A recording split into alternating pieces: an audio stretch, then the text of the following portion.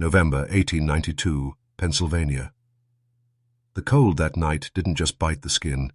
It settled into the bones, slow and deliberate, like it intended to stay. And still, I kept walking. My name is Edwin Hale, and if you're hearing this story now, then either I survived that place, or I never truly left it. The road was barely a road at all. Mud swallowed my boots with every step, and the trees leaned in too close like silent witnesses pressing in on something they'd seen before. Too many times. The air carried a smell I couldn't place at first. Wet wood, rot, and something faintly metallic, like old blood. I had my reasons for coming. Men like me don't wander into forgotten places for curiosity. We come because we have no other choice, no money, no future, no way back. And the Blackwood Hotel, well, people talked about it. Not in the way they talk about business or comfort, but in hushed tones, like a place you shouldn't name out loud.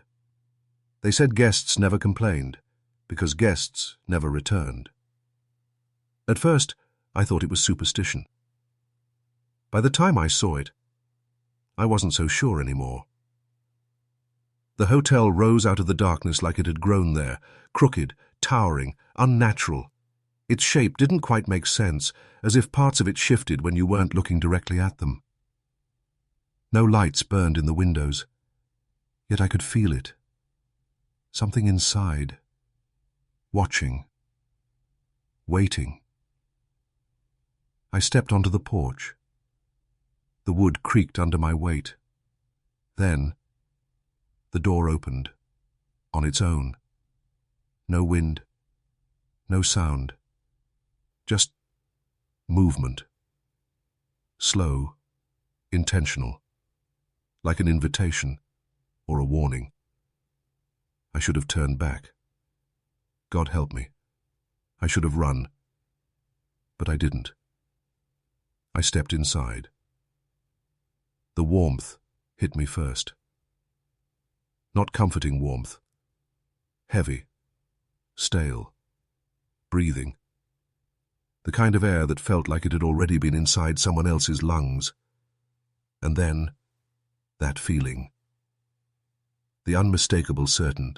I was no longer alone. A man stood behind the front desk, tall, thin, too still. His face looked almost human until you focused too long. Then something about it slipped. His eyes met mine, and he smiled. Not kindly, not naturally. "Welcome, Mr. Hale." My heart stuttered. "I didn't give you my name," I said. My voice sounded smaller than I intended. His smile didn't change. "Here," he replied softly. "Our guests rarely need to introduce themselves." He slid a ledger across the counter. The pages were yellowed, brittle with age. I picked up the pen, and that's when I saw it. Names, hundreds of them, all written in different hands, across decades. But what froze my blood? Every single name had a line drawn through it. Every one, except a single blank space at the bottom of the page. Waiting. For me. Behind me, I heard something. A footstep. Slow. Deliberate. Not mine. I turned. The lobby was empty. But I knew with absolute certainty, something had just moved, and it wasn't human. When I looked back at the desk, the man was gone. Only the ledger remained, and the pen, still in my trembling hand. And somewhere deep inside the hotel, something whispered, not in words, but in understanding. "You're already checked in. Before we go deeper, understand this.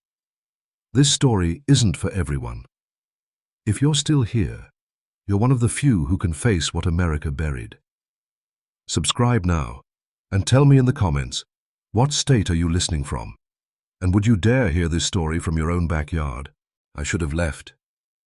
That thought echoed in my mind long after my feet refused to move. The ledger lay open before me. The ink beside my name hadn't yet touched the page, but something about that blank line felt inevitable, like it had been waiting, not for someone, but for me. Specifically, I set the pen down. "I'll just need a room for the night," I muttered, more to myself than anyone else. No answer came. The man behind the desk was still gone. And yet, the keys were already there. A single brass key rested on the counter. It hadn't been there moments ago. I was certain of that. The tag attached to it read, Room 12. I didn't question it. That was my first mistake. The hallway stretched out longer than it should have. The moment I stepped away from the lobby, the air changed. Colder, thinner. The walls seemed to narrow ever so slightly, as if the building itself was closing in. Each step echoed too loudly. Not just once, but twice. I stopped walking. The second echo came half a second late, like footsteps, following me. Slowly I turned around. Nothing, just the empty hallway. But I could feel it, that same presence. Closer now. I forced myself forward. Room 12 stood at the far end of the corridor. The door was slightly ajar, swaying gently, though there was no breeze. As I approached, I noticed something scratched into the wood. Faint, jagged. Words. "Do not sleep." A chill ran through me. I should have listened. God help me, I should have listened. The door creaked open with the slightest push. Inside, the room was wrong. Not dirty, not broken, just wrong. The bed was neatly made, but the sheets were too tight. Pulled so taut they looked like they were stretched over something, not quite flat. The mirror on the wall faced the bed directly, and the window showed nothing. Not darkness, not the forest, just abs. As I stepped inside, the door shut behind me. Hard, I spun around, grabbing the handle. Locked. "I didn't lock this," I whispered. Of course I hadn't. That's when I heard it. A soft creak. Behind me. The bed. It shifted. Just slightly. Like something underneath had adjusted. My throat went dry. Slowly, too slowly, I turned back toward it. The sheets were still, perfectly smooth, untouched. Then, a sound, right beside my ear, a whisper. "You took my room." I staggered back, heart hammering. "No," I said, shaking my head. "No, this isn't—" The mirror. Something moved in it. I looked and saw myself. Standing there, pale, frozen. But behind me, in the reflection, someone was lying on the bed. A woman, still, eyes open, staring straight at me. I turned around instantly. The bed was empty. When I looked back at the mirror, she was gone. But now, my reflection wasn't alone. There were more. Figures, standing behind me. Dozens of them, silent, watching. And then, all at once, they smiled. The whisper came again, this time louder, closer. "You signed, didn't you?" My eyes dropped to my hand. The pen, still there. Ink on my fingers. I hadn't written my name. So why? Why was it already in the ledger? I did not remember signing. That was the worst part. Not the whisper, not the reflection, not even the dead woman staring at me from the mirror. No, It was the ink on my fingers, proof of something I never did. My breath came shallow as I backed away from the mirror. This isn't real, I muttered. It had to be exhaustion, hunger, the cold, anything but this. I lunged for the door again, pulled, twisted, kicked. Nothing. It didn't even rattle. The door wasn't locked. It simply refused to open. Behind me, the bed creaked again. Longer this time. Slower. Like something was sitting up. I didn't turn around. I couldn't. Because deep down, I already knew, if I looked, it would be there. Instead, my eyes drifted back to the mirror, and what I saw this time was worse. The room behind me was no longer empty. The woman was sitting on the edge of the bed now, her head tilted unnaturally to one side, like her neck had been broken and poorly set back into place. Her eyes, still locked on me, but this time, she moved. Slowly, she stood up. I felt it, not saw it, felt it. Something behind me shifting, rising, breathing. A cold exhale brushed the back of my neck. You shouldn't have come here. I spun around. Nothing. The bed was empty. The room silent. My chest heaved as I stumbled backward and crashed into the desk near the wall. Something fell. A book. Old. Leather-bound. Cracked with age. I picked it up without thinking. That was my second mistake. The moment my fingers touched it, the room changed. The air thickened. The walls darkened. No, not darkened. They rotted. The wallpaper peeled away in long, wet strips. The scent hit me instantly. Decay, mold, and something far worse. Something human. Voices filled the room. Not loud, not screaming. Whispering, dozens of them, overlapping, desperate. Help us. Still here. Don't let it take you. My hands trembled as I opened the book. Inside, names. The same names from the ledger, each one followed by a date. And beneath them, descriptions.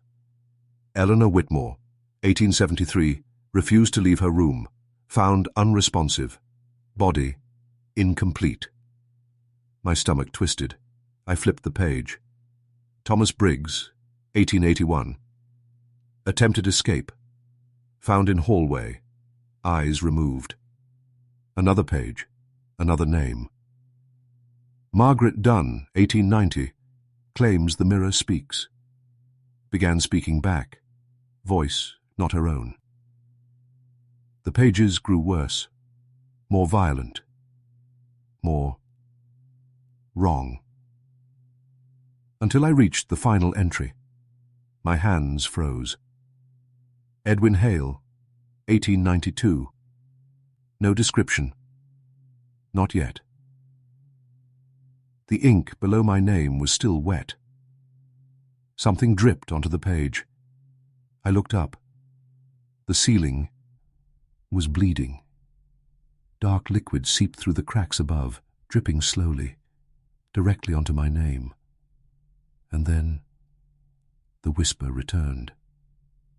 Not from behind, not from the mirror, from inside my head.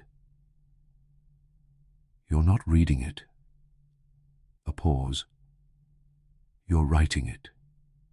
The book snapped shut in my hands, and for the first time, I understood. This place didn't just trap people. It recorded them, consumed them, turned them into something permanent. And somewhere, deep within the walls, I heard footsteps. Many footsteps. Coming closer. Disclaimer. This story is purely fictional.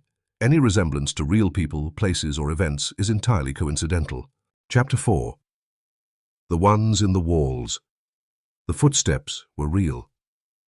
Not imagination, not echoes. They were coming for me.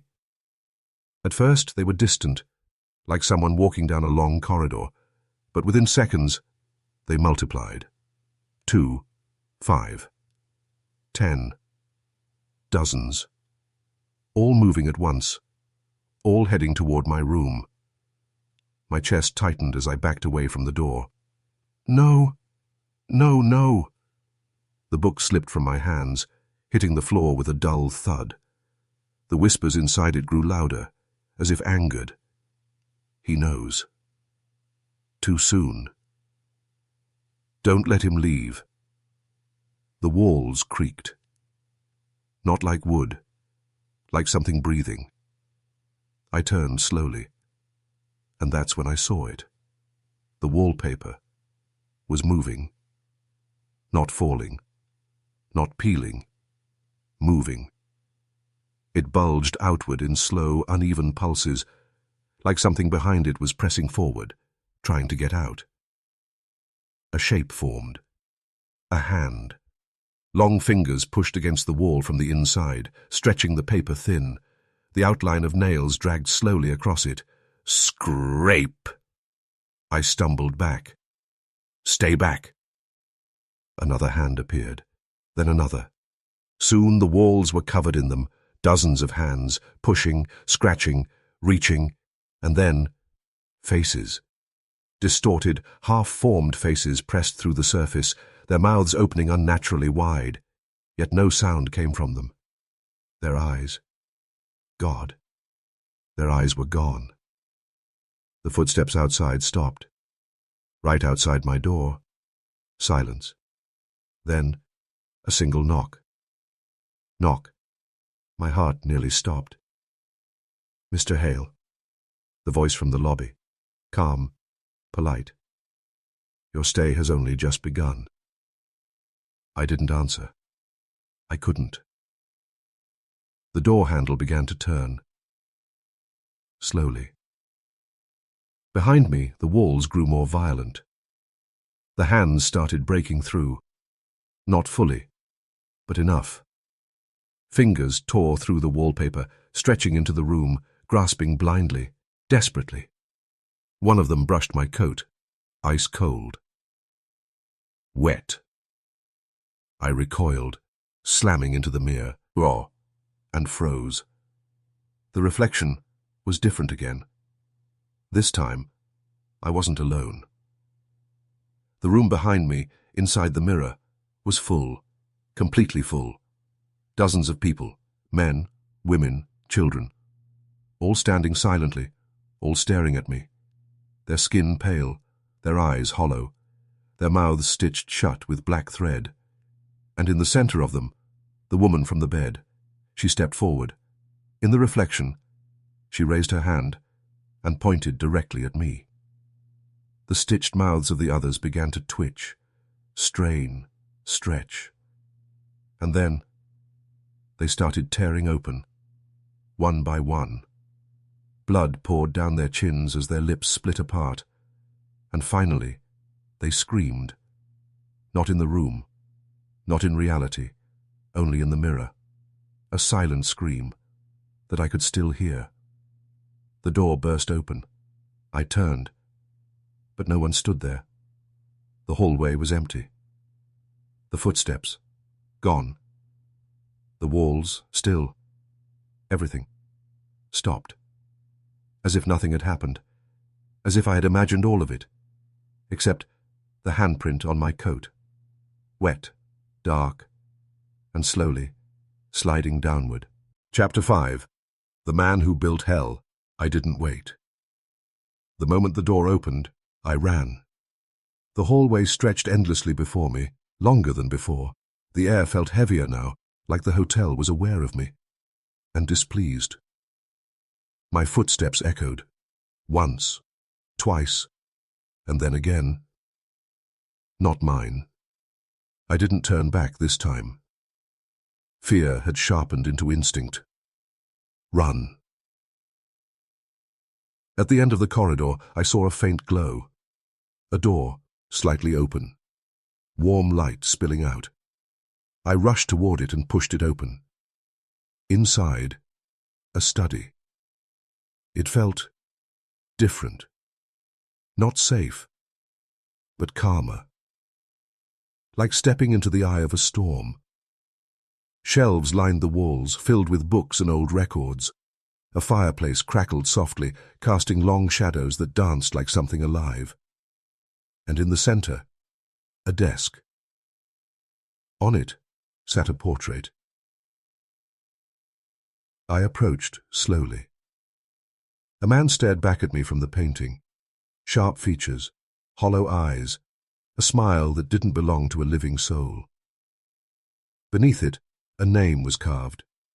Jonathan Blackwood, founder, 1859. My throat tightened. "So, you're the one?" I whispered. "Indeed." The voice came from behind me. I froze. Slowly, I turned. The man from the reception stood in the doorway.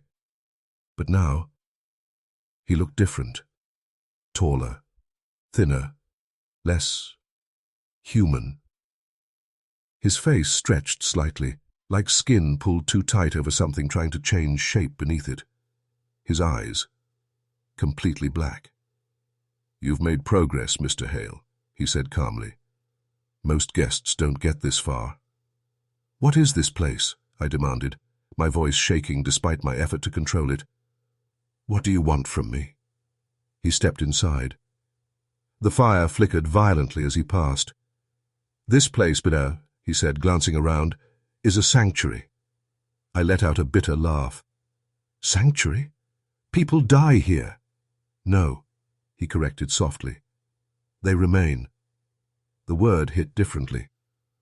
He walked to the desk and gently placed a hand on the portrait.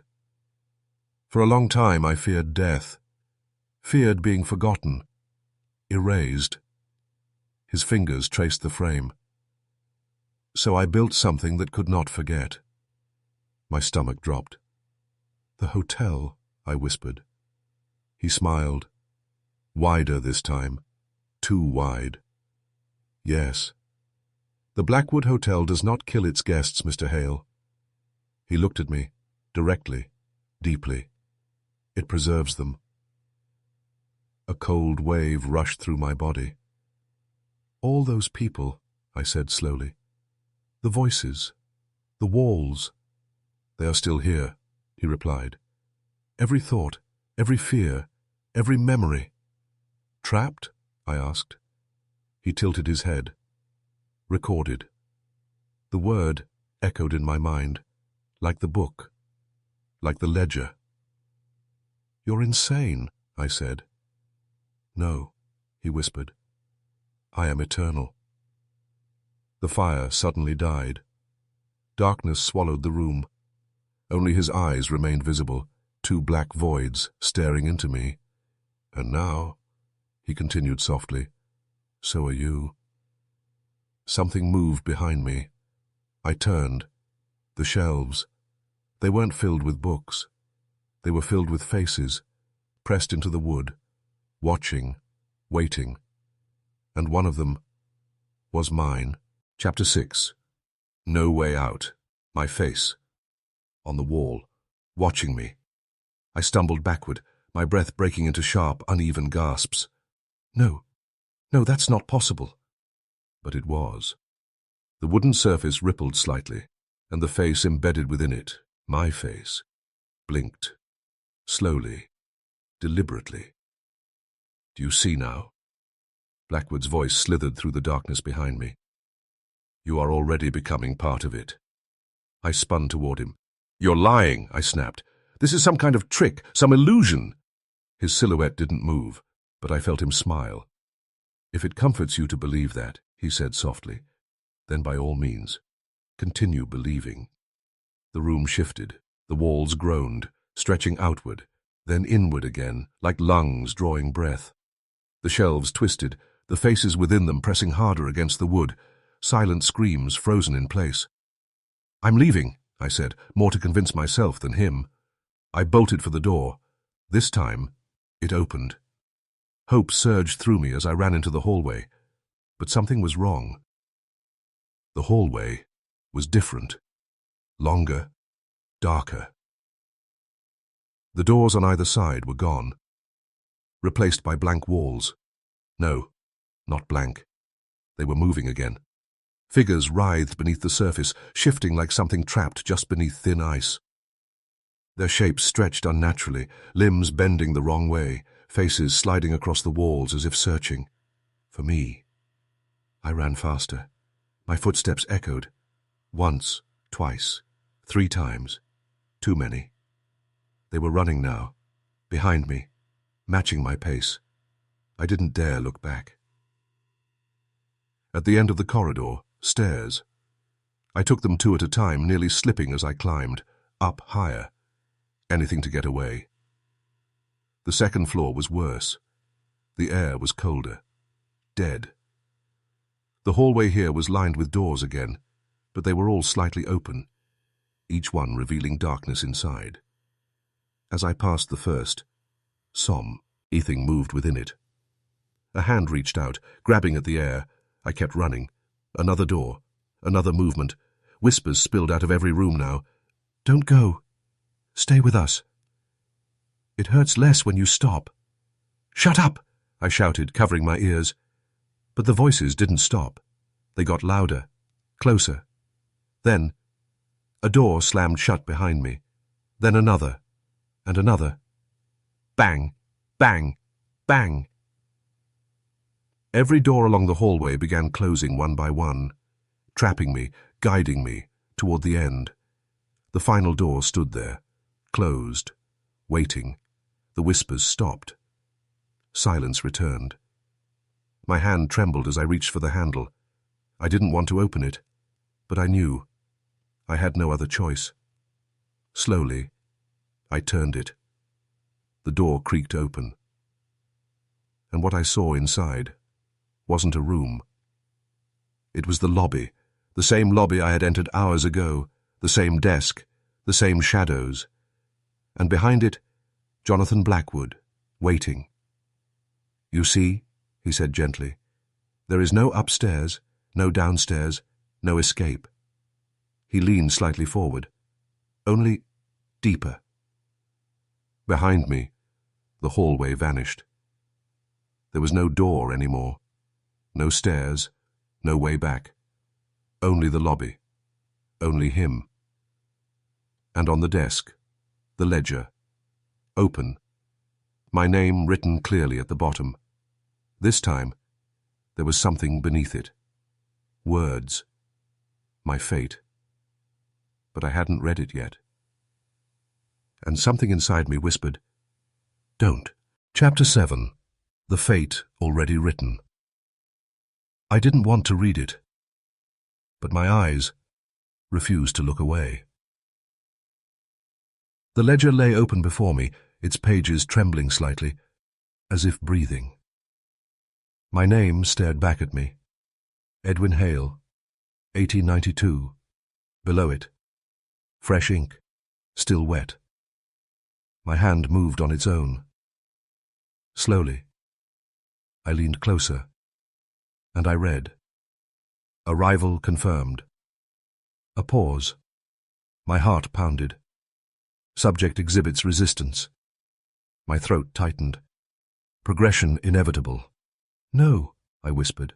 The words began to change. Shift, like they were being written in real time. Subject awareness increasing. "I'm not part of this," I snapped, slamming my hand onto the desk. Blackwood didn't flinch. He only watched, patiently, like a man observing something already decided. The ink continued moving. Subject denial phase ending. My breath shook. "Make it stop." Blackwood tilted his head slightly. "Why would I stop what you've already begun?" "I didn't write this," I shouted. His smile deepened. "No," he said softly. "You are writing this." The pen rolled across the desk, by itself, and stopped, right in front of me. My fingers twitched. I tried to pull my hand back. I couldn't. Slowly, painfully, my hand reached forward. No. No. Don't. My fingers wrapped around the pen. The moment I touched it, something snapped. The world around me shattered. The lobby twisted, the walls stretched, the floor dropped away beneath my feet, and suddenly, I wasn't in the hotel anymore. I was somewhere else. Darkness. Cold. And then, light. Flashes. Memories. Not mine. A man screaming as the walls closed in. A woman clawing at her own face in front of a mirror. A child whispering to something no one else could see. I felt them. Every fear. Every last moment. They weren't memories. They were still happening, all at once. Inside me, I fell to my knees, screaming, but no sound came out. And then, I saw him, Jonathan Blackwood, not as he was now, but as he had been. Human, afraid, standing in the same lobby, years ago, holding the same pen, writing his own name.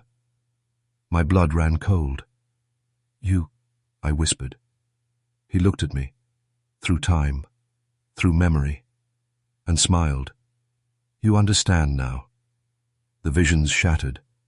I was back in the lobby, on my knees, the pen still in my hand, the ledger open, and beneath my name, new words appeared, written in my own handwriting. Subject accepts. Tears blurred my vision. I didn't accept anything. Blackwood stepped closer. "You don't have to," he said quietly. "It happens anyway." Behind me, the hotel shifted, the walls pulsed, the whispers returned, but now they weren't calling for help. They were welcoming me. Stay. Become. Forever. My reflection in the desk's polished surface was no longer mine. It was fading, blending, becoming one of them. And the final line, slowly, began to write itself. Integration begins. Chapter 8. Becoming. It started with my hands. At first, it was just a numbness, a faint tingling crawling beneath the skin, like something small and alive was moving through my veins. I dropped the pen, or at least I tried to. My fingers didn't listen. They remained curled around it, stiff, unnatural. "No, please." My voice cracked, barely recognizable. The skin on my hands began to change. Dark veins spread outward like ink beneath parchment. My fingers thinned, stretching slightly, as if being pulled by invisible threads. And then they sank. Not into the air, into themselves. My hands blurred at the edges, like wet paint smearing across a canvas. I screamed. This time, I heard it. But it wasn't just my voice. Others screamed with me. Dozens, hundreds, all layered beneath mine. The lobby flickered. For a moment, I wasn't standing anymore. I was in the wall. I felt wood pressing against my face, tight, suffocating. I couldn't move, couldn't breathe. But I wasn't alone. Something was beside me. No, not beside. Inside. Voices flooded my mind. "You feel it now. Don't fight. It hurts less when you stop." "I won't," I gasped. "I won't become this." The world snapped back. I collapsed onto the floor of the lobby, clutching my chest. My heart was racing. Too fast. Too loud. Blackwood stood over me, watching, calm as ever. "Every guest says the same thing," he murmured. "Then every guest is wrong," I snapped weakly. He crouched beside me. Slowly. "You misunderstand," he said. This is not punishment. His hand reached toward my face. I tried to pull away. I couldn't. This is preservation. His fingers touched my skin, ice cold. And suddenly, I saw everything. The hotel, being built, brick by brick, beam by beam, Blackwood standing in the center, not alone, others with him, workers, travelers, strangers, all disappearing, one by one, not killed, absorbed, their bodies gone, but their faces, their voices, their fear, trapped, layered into the structure itself. The hotel wasn't haunted. It was the haunting. I gasped, falling back as the vision ended. "You see?" Blackwood whispered. "You're not dying, Mr. Hale." He leaned closer. "You're becoming part of something that never ends." Behind him, the walls began to form faces again, dozens of them. And now, they were clearer, more detailed, more human. One of them spoke, not in a whisper, in my voice. "Help me." My blood froze. "No." I turned toward the sound and saw it. My face, fully formed now, embedded in the wall, eyes wide, mouth moving, alive. "Please," it begged. "Don't let me stay here." I shook my head violently. "That's not me. That's not me." Blackwood stood, stepping back. "It is," he said softly. "And soon." The face in the wall smiled. "It will be all that remains." Chapter 9. The Ones Who Stayed. The face in the wall kept moving, kept speaking. "Please, don't leave me here." My legs gave out beneath me. I couldn't look away. Because deep down, I knew the truth. That was me. Or what I was becoming. "No," I whispered. "This isn't real. It can't be." The wall pulsed. And then it opened. Not like a door. Not like anything natural. The wood split apart like flesh, slowly peeling back to reveal darkness behind it. Thick, endless. And from that darkness, hands emerged, not attacking, not grabbing, inviting. "Come. Join us. You already belong." I tried to crawl backward, but the floor beneath me softened, like wet soil. My hands sank into it. "No, no, get off me!" The ground was pulling me down. Blackwood watched silently. "You can still see them," he said calmly.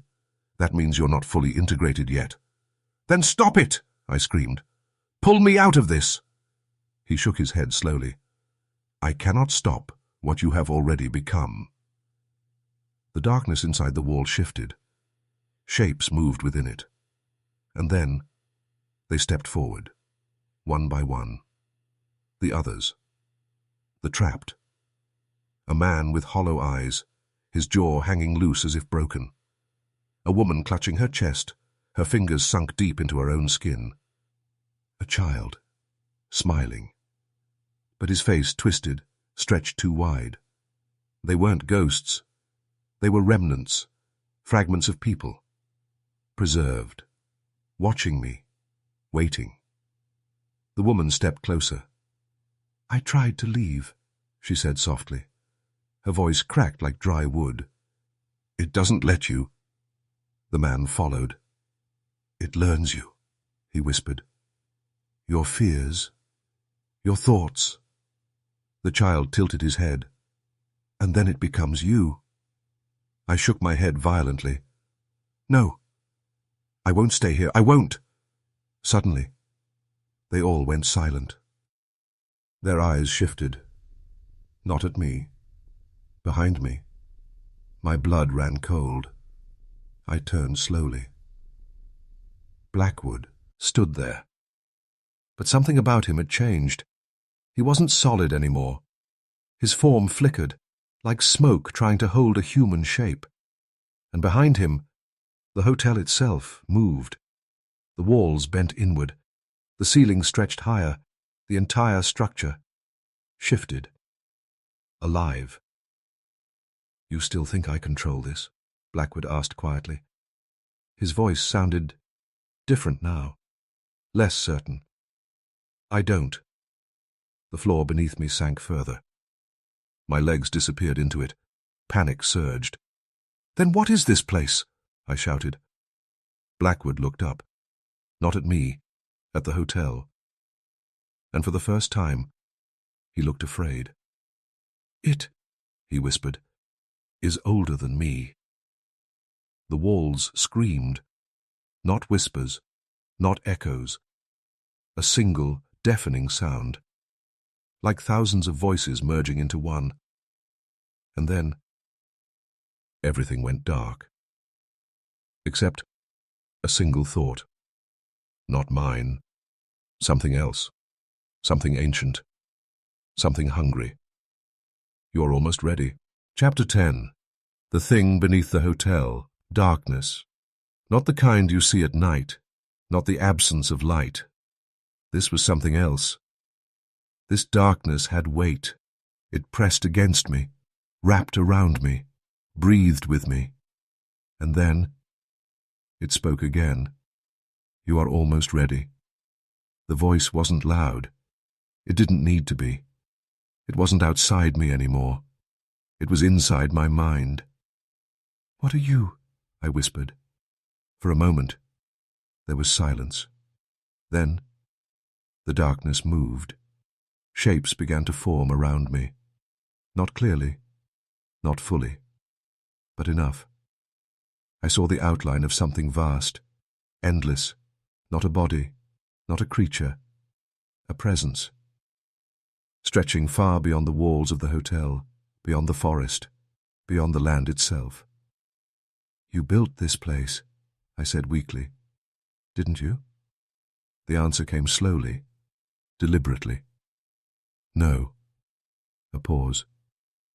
"It built itself around me." My chest tightened. "What are you?" The darkness pulsed. And suddenly, I understood. Not in words, not in thoughts, in feeling. Hunger, endless, ancient. It didn't want bodies, didn't want blood. It wanted something deeper. Fear, memory, identity, everything that made a person real. "I don't understand," I whispered. "You will." The darkness shifted again, and the visions returned. But this time, they went further back, before the hotel, before Blackwood, the land itself, a forest, untouched, silent. And beneath it, something sleeping, waiting. A traveler wandered through the woods, lost, afraid.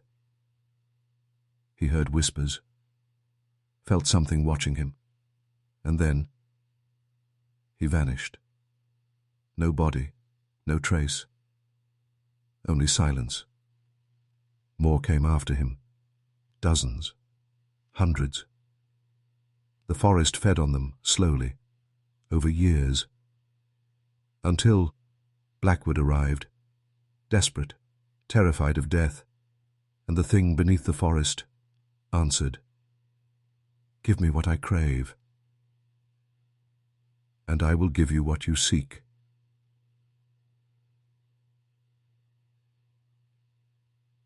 My blood rushed her, and cold.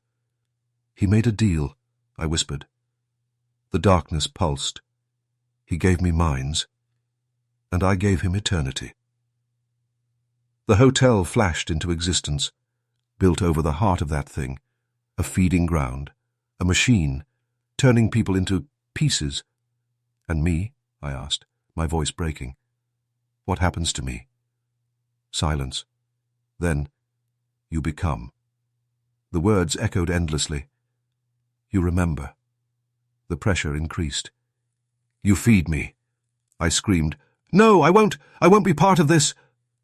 For a moment, the darkness paused. Then, it laughed. Not a sound. A feeling. You already are. Suddenly, I was back in the hotel. On the floor, the walls surrounding me, Blackwood standing nearby, watching. You've seen it, he said quietly. I looked at him. You made a deal with that thing? I spat. His expression didn't change. I made a choice, he replied. You doomed everyone, I shouted. No, he said softly. I preserved them. The walls behind him shifted, faces emerging again. But now, they weren't begging. They were empty, used. And I realized something worse. They're not trapped, I whispered. Blackwood tilted his head. They're being consumed. The room went silent. And then, the whisper returned, closer than ever, right behind me. And now, a cold hand touched my shoulder. It's your turn. Did you know? In 19th century Pennsylvania, there were real hotels where people spent their final moments, and some are still believed to be haunted today. One of the most famous examples is the Gettysburg Hotel. During the American Civil War, this hotel was used as a temporary hospital. Wounded soldiers were brought in, many of them severely injured, and countless men died inside those very walls. Historical records confirm that thousands lost their lives during the Battle of Gettysburg, and many took their last breaths in places like this hotel. Today, guests have reported strange and chilling experiences. People claim to hear footsteps in empty hallways, objects moving on their own, and even sightings of Civil War soldiers still wandering the building. Some experts believe that intense trauma and suffering can leave behind what they call residual energy, which means your Blackwood Hotel story may be fiction, but the idea of a place absorbing human pain and memories might not be entirely imaginary. Chapter 11. The choice that was never mine, the hand on my shoulder, wasn't human. It felt wrong, too cold, too still, like something pretending to understand touch, but failing. I didn't turn. I couldn't. Don't, I whispered. I won't let you take me. Behind me, that presence shifted, not stepping, not moving, expanding. Take you? The voice echoed inside my skull. You misunderstand. My body locked in place. You came to me. My breath stopped. No, I rasped. I was just looking for a place to stay. The walls pulsed, harder, the faces inside them twisted, laughing now. No one finds this place by accident. The words hit deeper than fear. Memories surfaced, the road, the forest. Had I really chosen that path? Or had something guided me? No, I whispered again. Blackwood stepped forward. You felt it, didn't you? He said quietly. That pull, that quiet voice telling you to keep walking. My silence answered him. He nodded. We all did. The truth settled in. Heavy, unavoidable. I was chosen, I said. Blackwood's expression darkened. No, he corrected. You were hungry. My chest tightened. For purpose, for escape, for something more. His voice grew softer, almost sympathetic, and it answered. Behind me, the entity stirred again, stronger now, closer. You wanted meaning. The voice wrapped around my thoughts. Now, you will have eternity. Something inside me snapped. I don't want this, I screamed. I don't want your eternity. I don't want your hunger. The hotel shook, violently. The walls cracked, splitting open, and the faces within them screamed again. But this time, not in pain, in rage. "You will take me," I shouted. "I refuse." For a moment, everything stopped. Even the entity. Silence. Then, Blackwood laughed. Not mockingly, not cruelly, tired. "You still think there? Is about what you want," he said. I glared at him. "It is," I snapped. He stepped closer. "No," he whispered. "It never was." Suddenly, pain exploded through my body. My chest tightened, my skin burned. I dropped to my knees, screaming. Something was pulling at me. Not physically. Deeper, like my thoughts were being peeled away, layer by layer. "My name," I gasped. "Edwin Hale."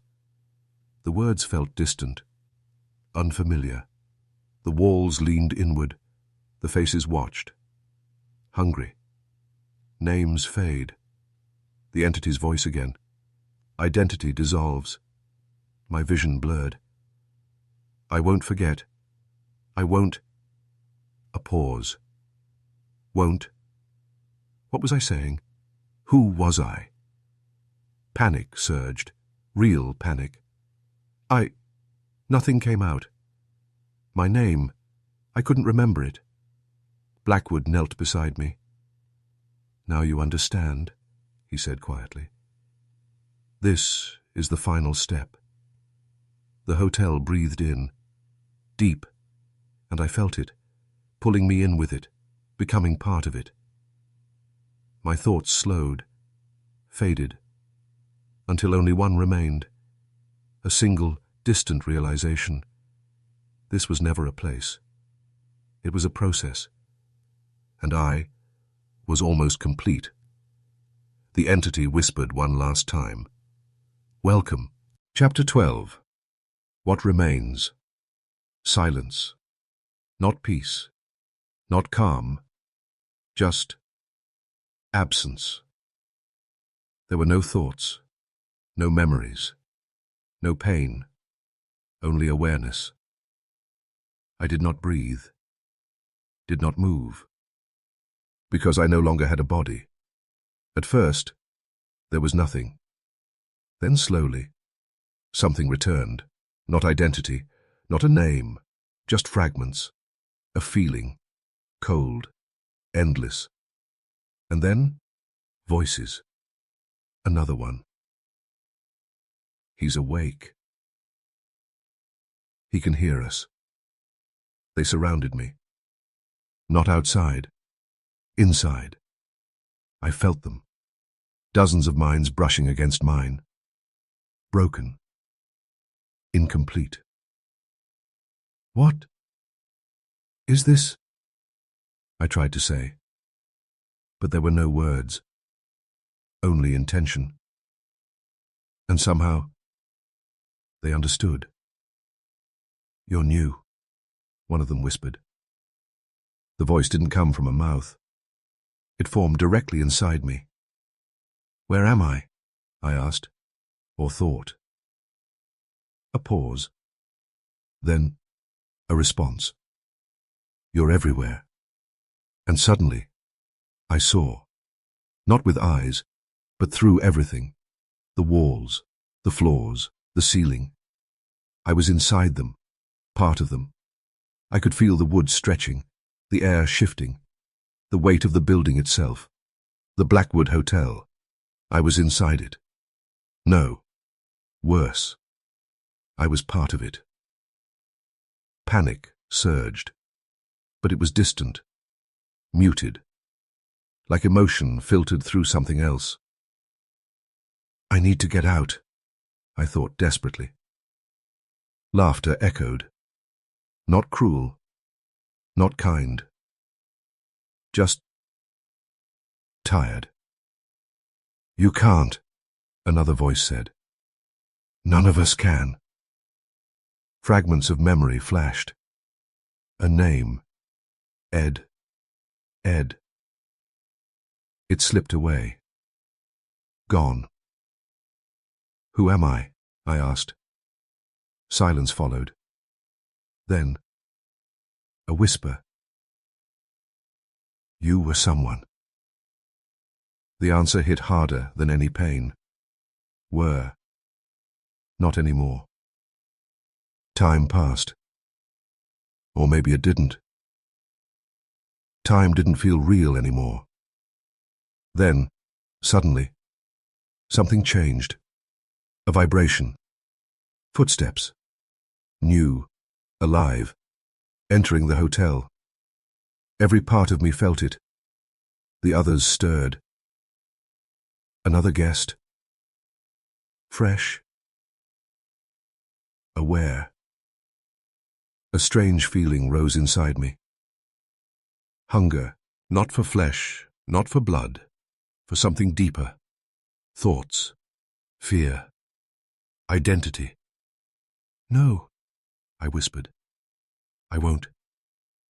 But the feeling grew stronger, uncontrollable. I felt the hotel react. Doors shifting, walls adjusting, guiding, leading. The new guest stepped inside, and for the first time, I saw them. Not as a person, but as something bright, full, complete, everything I no longer was, and something inside me reached out. Help, I tried to say, but it didn't come out that way. What they heard was a whisper from the walls, soft, inviting. Welcome. And in that moment, I understood the truth. I wasn't trapped. I wasn't suffering. I wasn't even resisting anymore. I had become part of the system, part of the hunger. And worst of all, I wanted it to continue. Chapter 13. The next guest. The door opened. Just like it had for me. No wind, no sound, just invitation. From within the walls, from within me, I felt it. The hotel awakening. The new guest stepped inside. A man, mid-30s perhaps, travel-worn, tired, lost, perfect. For a moment, something inside me resisted, a faint echo of what I once was. Warn him.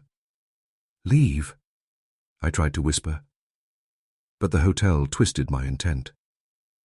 The sound that reached him was soft, gentle. Come in. He hesitated. Good. There was still time. Turn back. I pushed harder. The walls creaked. The floor shifted beneath him. The door behind him closed. Too late. The others stirred around me. Yes. Another. Feed. Their thoughts blended with mine. Pressing. Overpowering. No, I resisted. He doesn't deserve this. Laughter. He's just like us. And deep down, I knew they were right. The man stepped toward the desk. Blackwood appeared. Just as he always did. Unchanged. Unaging. Welcome, he said calmly. The man swallowed. I just need a place to stay. The same words. The same mistake. The ledger appeared. I felt it. Every line. Every name. And now, a new space. Waiting. For him. Don't sign it, I tried again. But the walls whispered instead. Just one night. The man hesitated. His hand hovered over the pen. For a moment, I thought he might refuse. That maybe, just maybe, this time would be different. Then, he picked it up and wrote his name. The moment the ink touched the page, I felt it. The connection. His thoughts. His fears.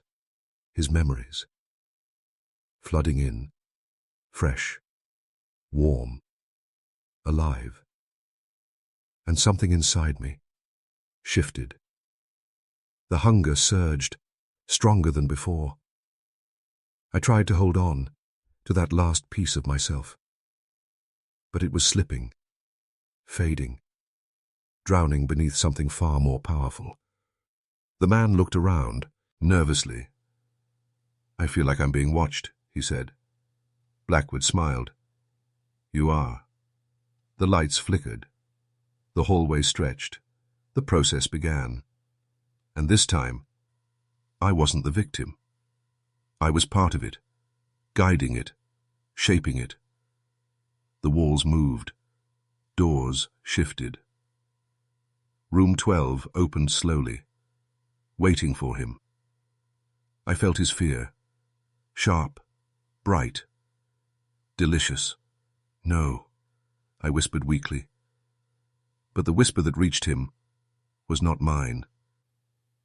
"Your room is ready." And as he walked down the hallway, I realized something horrifying.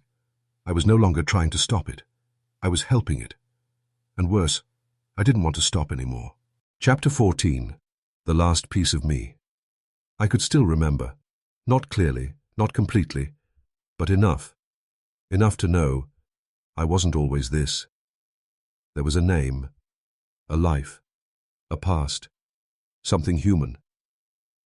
But it was slipping, fading like smoke in a closed room. The new guest walked down the hallway, slowly, uneasy. I felt every step he took. Not as sound, but as movement within me. The floor beneath him, that was me. The walls watching him, also me. And the whisper guiding him, that was me too. "Room 12, he muttered, reading the number. The door creaked open. I hesitated. For the first time since becoming this, I hesitated. "Stop this." That voice again. Faint, dying. "This is wrong." The man stepped inside. The door shut behind him. And just like before, it began. The room shifted. The mirror darkened. The air thickened. He froze. "Hello?" he called out. No answer, only silence. And then, a whisper. Soft, close. "You took my room." He spun around, panic rising. Good. The fear tasted. No. I stopped. What was I thinking? This wasn't me. "I have to stop this," I tried. I pushed against the walls, forced the air to still, tried to break the pattern. For a moment, the room calmed. The man blinked, confused. "I must be imagining things." Hope. A tiny spark. Maybe I could still change this. Maybe I wasn't fully gone. But then, it noticed. The entity. Beneath everything. Watching. Always watching. The hotel trembled. Not violently. Slowly. Like something waking up. And then, pain. Not physical. Deeper. It tore through me, through whatever remained of who I was. "You resist," the voice echoed. Cold. Endless. "I won't let him suffer," I pushed back. Silence. Then, "You already have." The mirror shifted. The man looked into it and saw himself. But not alone. Behind him, figures. Dozens. Wei, Qing, smiling, he screamed. The process resumed. Stronger this time, faster. I tried to pull back, to stop it. But I couldn't. I wasn't in control. I never was. The realization crushed whatever was left of me. I wasn't the victim. I wasn't the controller. I was just a part, a function, a piece of something far greater. The man collapsed to his knees, begging, crying, just like I had. And this time, I didn't feel pity. I felt hunger. The last piece of me, the part that remembered being human, finally broke, faded, and disappeared. There was no voice left to resist, no thought left to question, no memory left to hold on to. Only the system remained, only the hunger, only the hotel. And now, I was fully it. Chapter 15. The first prisoner, long before me, before the others, before the endless cycle. There was only one, Jonathan Blackwood. And now, I could see him. Not as a man, but as memory. The hotel opened itself to me, not willingly, but because I was part of it now, and it showed me the truth. The beginning. The land was empty then, wild, untouched. Blackwood stood at its center, desperate, broken. "I will not die here," he whispered. The ground beneath him shifted. It heard him. It always hears. The darkness rose, not as form, but as presence. "Then give me what I need." Blackwood didn't hesitate. "I'll give you anything." That was his mistake.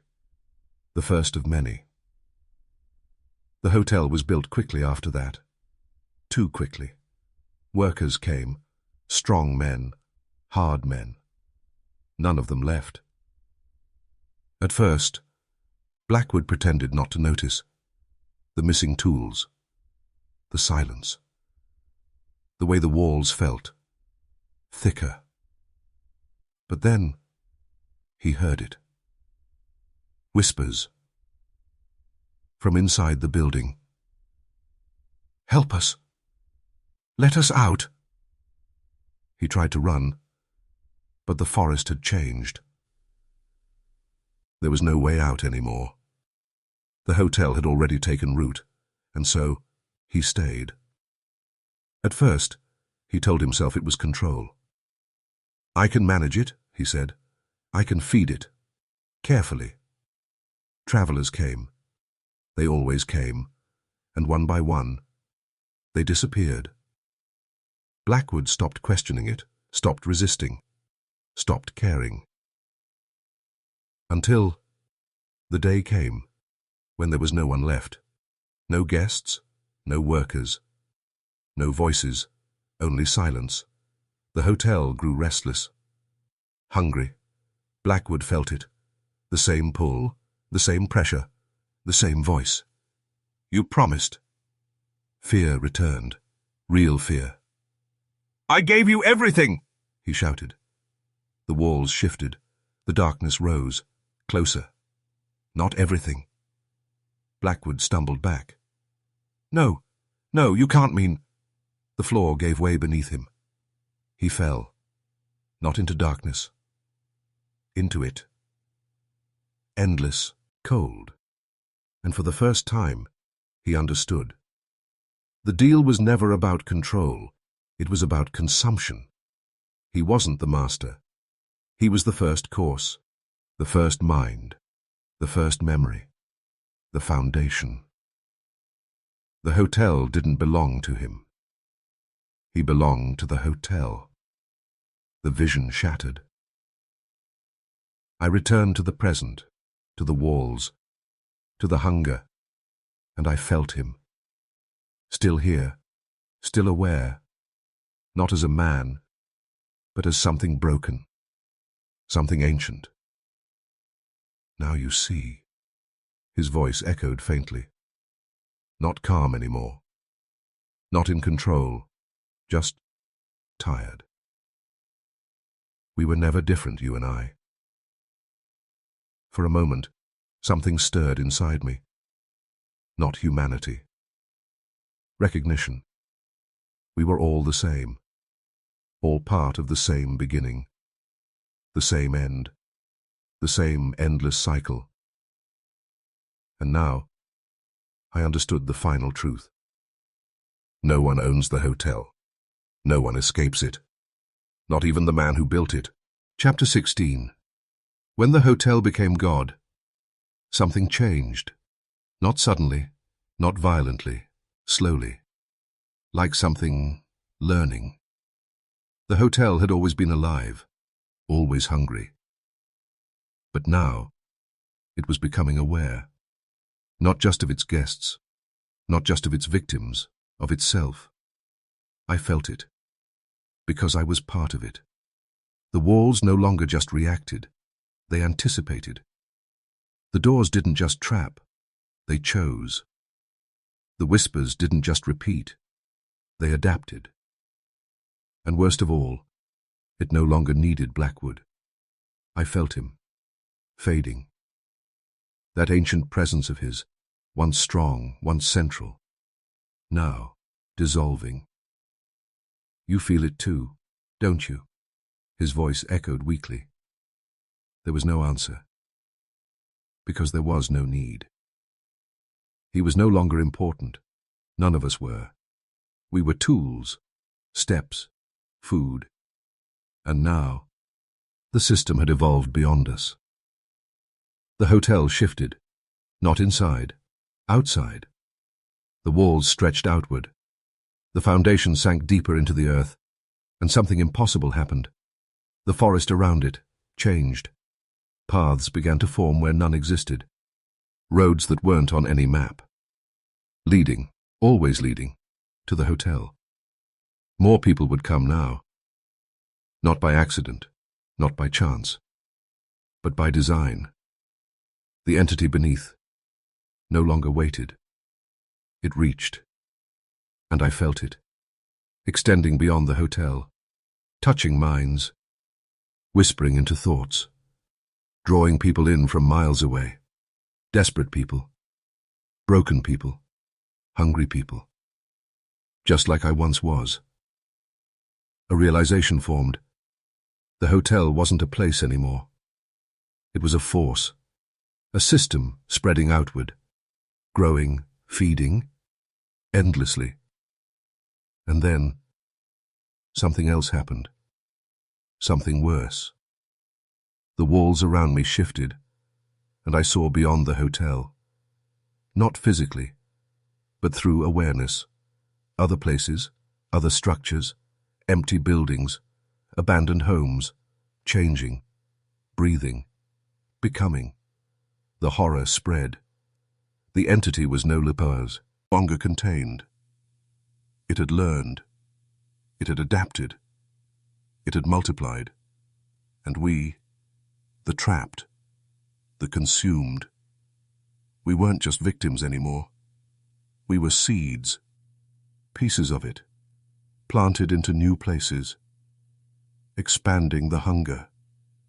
Blackwood's voice returned one last time, faint, breaking.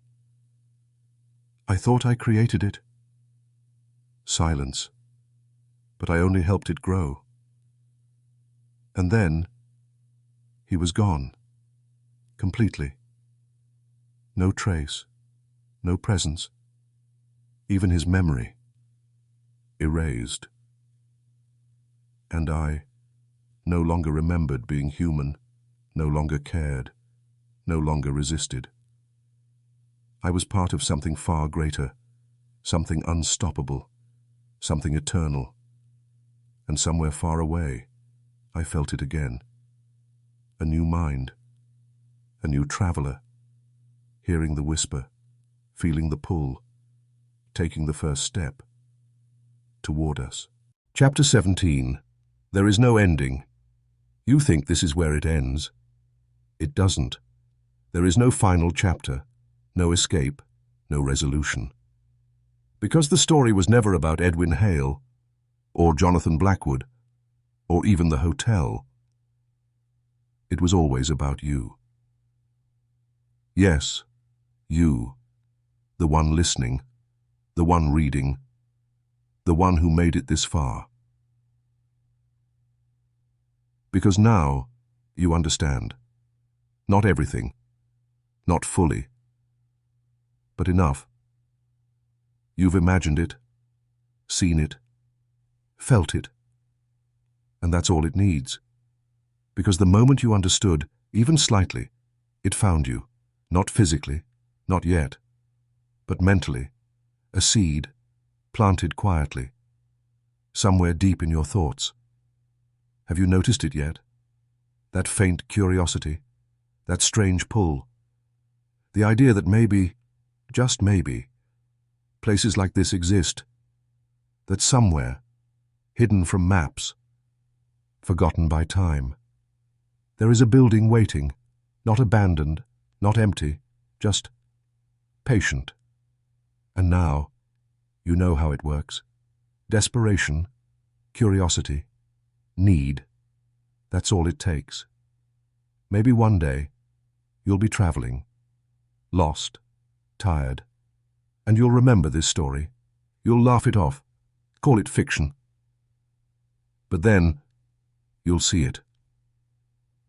At the end of a road that wasn't there before, a structure, dark, still, watching, waiting, and something inside you will whisper, just one night.